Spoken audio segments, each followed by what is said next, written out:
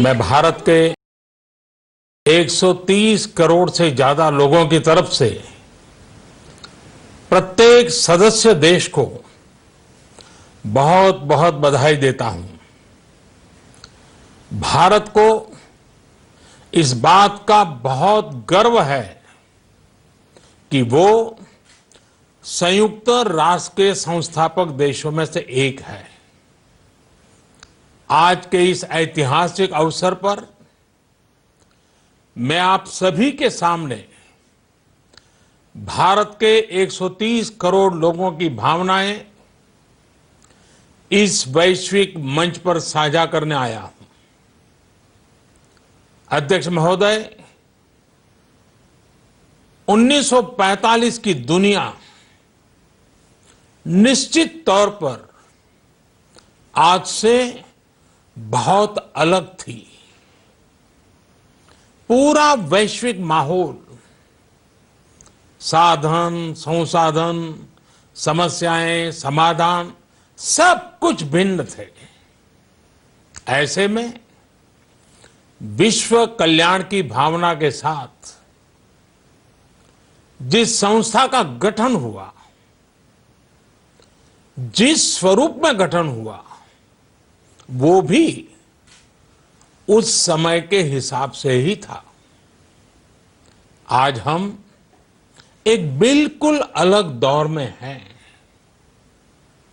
21वीं सदी में हमारे वर्तमान की, हमारे भविष्य की आवश्यकताएं और चुनौतियां अब कुछ और है। इसलिए आज पूरे विश्व समुदाय के सामने एक बहुत बड़ा सवाल है कि जिस संस्था का गठन तब की परिस्थितियों में हुआ था, उसका स्वरूप क्या आज भी प्रासंगिक है? सदी बदल जाए और हम न बदलें तो बदलाव लाने की ताकत भी कमजोर हो जाती है। अगर हम बीते 75 वर्षों में संयुक्त राष्ट्र की उपलब्धियों का मूल्यांकन करें तो अनेक उपलब्धियां दिखाई देती हैं, लेकिन इसके साथ ही अनेक ऐसे उदाहरण भी हैं जो संयुक्त राष्ट्र के सामने गंभीर आत्ममंथन की आवश्यकता खड़ी करते हैं।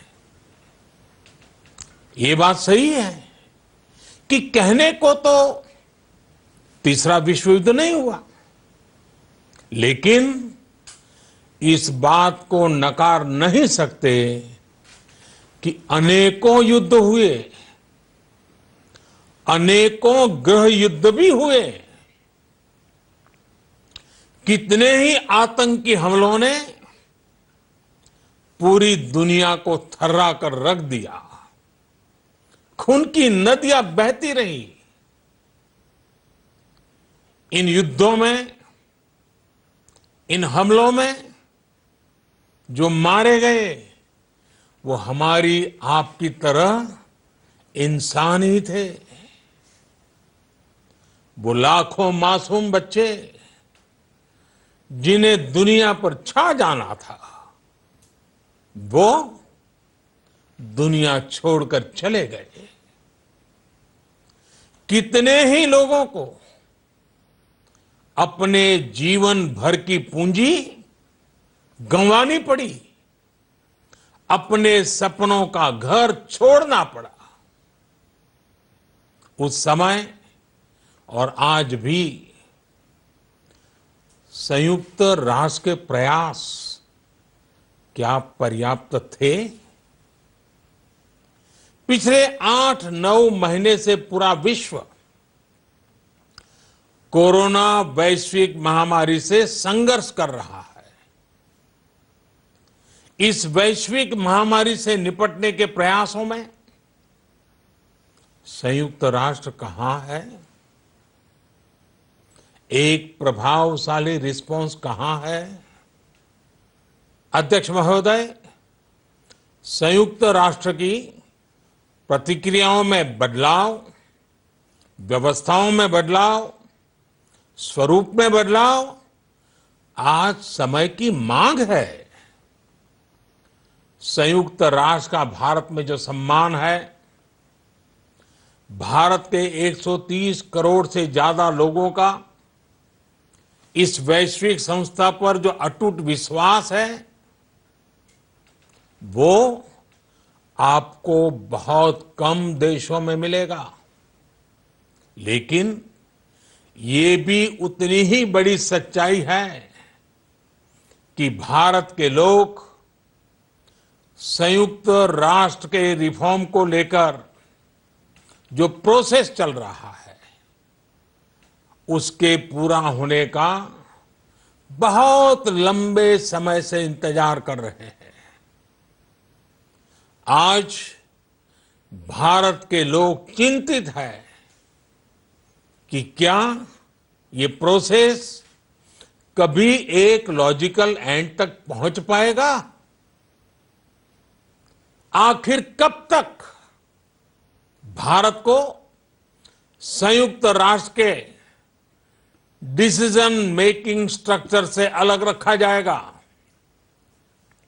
एक ऐसा देश जो दुनिया का सबसे बड़ा लोकतंत्र है, एक ऐसा देश जहां विश्व की 18% से ज्यादा जनसंख्या रहती है, एक ऐसा देश जहां सैकड़ों भाषाएं हैं, सैकड़ों बोलियां हैं, अनेकों पंथ हैं, अनेकों विचारधारा हैं, जिस देश ने सैकड़ों वर्षों तक वैश्विक अर्थव्यवस्था का नेतृत्व करने और सैकड़ों वर्षों की गुलामी दोनों को जिया है। अध्यक्ष महोदय, जब हम मजबूत थे तो दुनिया को कभी सताया नहीं। जब हम मजबूर थे तो दुनिया पर कभी बोझ नहीं बने। अध्यक्ष महोदय, जिस देश में हो रहे परिवर्तनों का प्रभाव दुनिया के बहुत बड़े हिस्से पर पड़ता है, उस देश को आखिर कब तक इंतजार करना पड़ेगा? अध्यक्ष महोदय, संयुक्त राष्ट्र जिन आदर्शों के साथ स्थापित हुआ था और भारत की मूल दार्शनिक सोच बहुत मिलती जुलती है, अलग नहीं है। संयुक्त राष्ट्र के इसी हॉल में ये शब्द अनेकों बार गूंजा है, वसुधैव कुटुंबकम। हम पूरे विश्व को एक परिवार मानते हैं। यह हमारी संस्कृति, संस्कार और सोच का हिस्सा है। संयुक्त राष्ट्र में भी भारत ने हमेशा विश्व कल्याण को ही प्राथमिकता दी है। भारत वो देश है जिसने शांति की स्थापना के लिए लगभग 50 पीस कीपिंग मिशंस में अपने जांबाज सैनिक भेजे। भारत वो देश है जिसने शांति की स्थापना में सबसे ज्यादा अपने वीर सैनिकों को खोया है। आज प्रत्येक भारतवासी संयुक्त राष्ट्र में अपने योगदान को देखते हुए संयुक्त राष्ट्र में अपनी व्यापक भूमिका भी देख रहा है। अध्यक्ष महोदय, 2 अक्टूबर को international day of non violence और 21 जून को इंटरनेशनल डे ऑफ योगा, इनकी पहल भारत ने ही की थी। Coalition for disaster resilience infrastructure और इंटरनेशनल सोलर अलायंस, ये भारत के ही प्रयास है। भारत ने हमेशा पूरी मानव जाति के हित के बारे में सोचा है, न कि अपने निहित स्वार्थों के बारे में।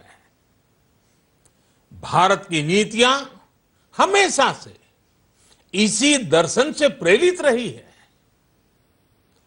भारत की नेबरहुड फर्स्ट पॉलिसी से लेकर एक्ट ईस्ट पॉलिसी तक, security and growth for all in the region, इसकी सोच या फिर इंडो पैसिफिक क्षेत्र के प्रति हमारे विचार, सभी में इस दर्शन की झलक दिखाई देती है। भारत की पार्टनरशिप का मार्गदर्शन भी यही सिद्धांत तय करता है। भारत जब किसी से दोस्ती का हाथ बढ़ाता है तो वो किसी तीसरे के खिलाफ नहीं होती। भारत जब विकास की साझेदारी मजबूत करता है तो उसके पीछे किसी साथी देश को मजबूर करने की सोच नहीं होती। हम अपनी विकास यात्रा से मिले अनुभव साझा करने में कभी पीछे नहीं रहते। अध्यक्ष महोदय, पैंडेमिक के इस मुश्किल समय में भी भारत की फार्मा इंडस्ट्री ने 150 से अधिक देशों को जरूरी दवाइयां भेजी हैं।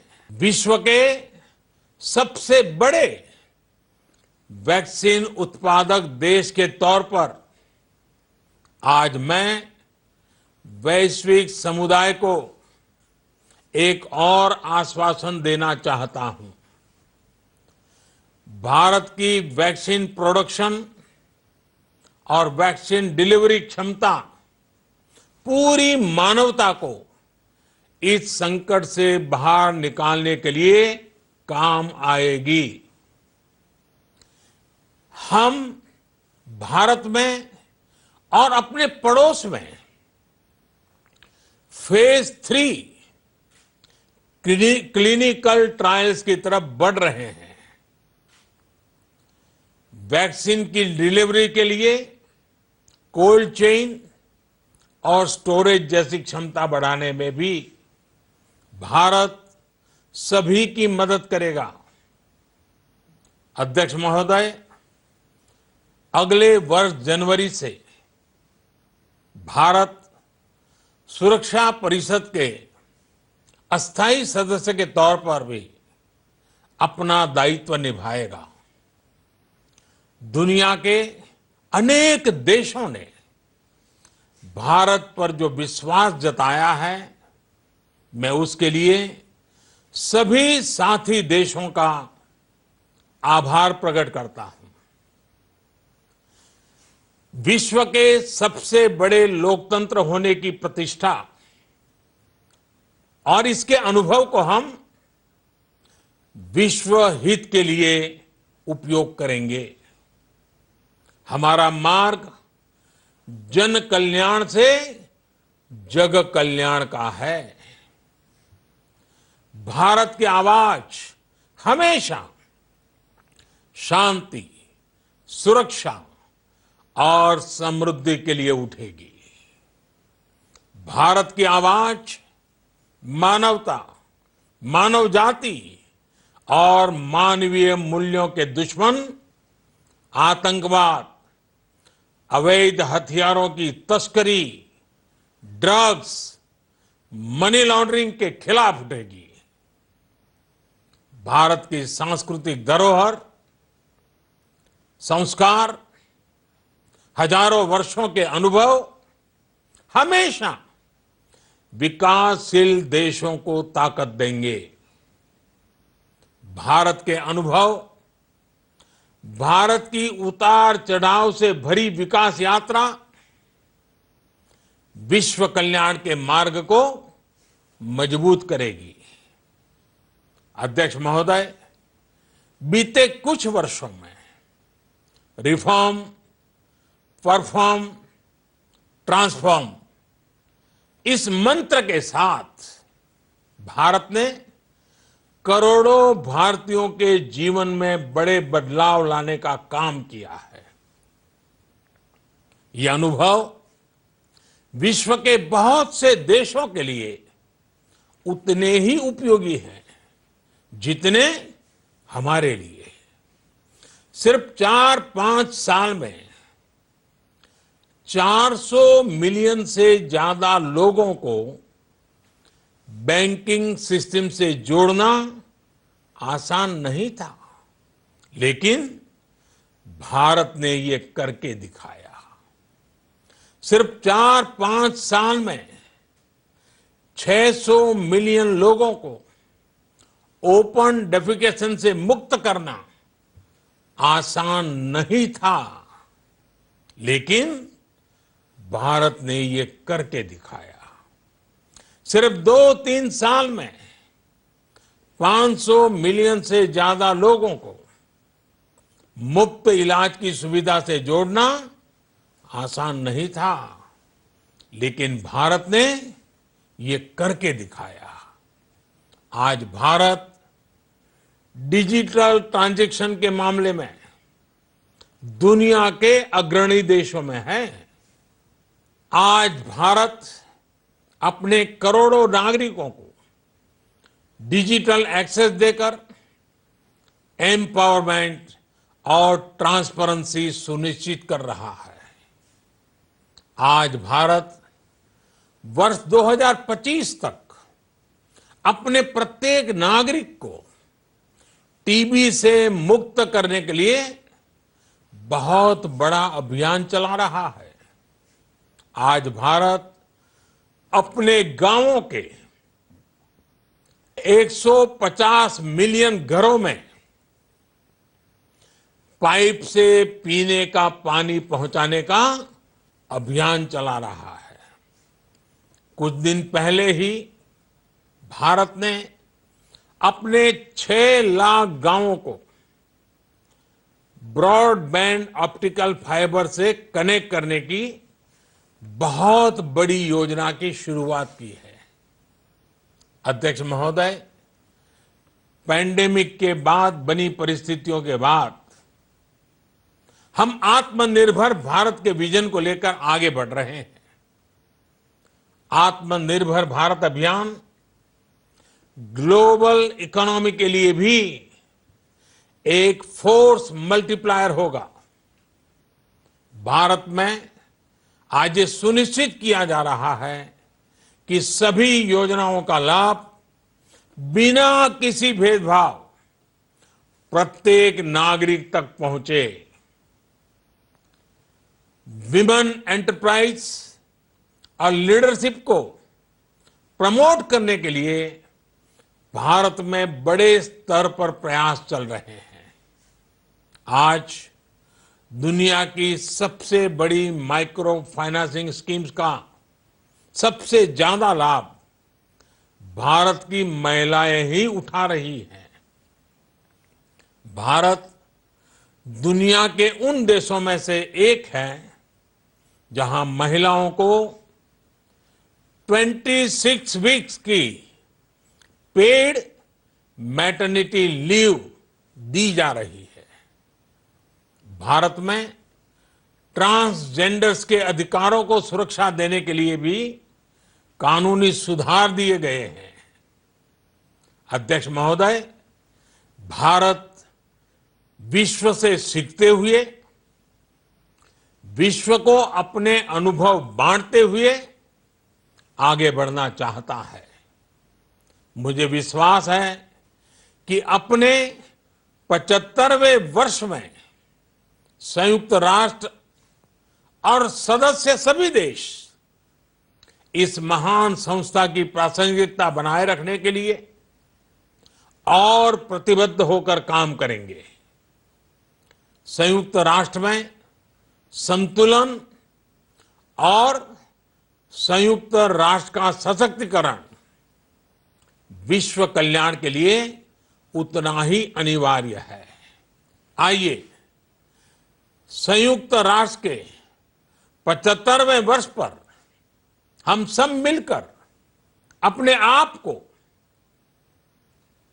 विश्व कल्याण के लिए एक बार फिर समर्पित करने का प्रण लें। धन्यवाद।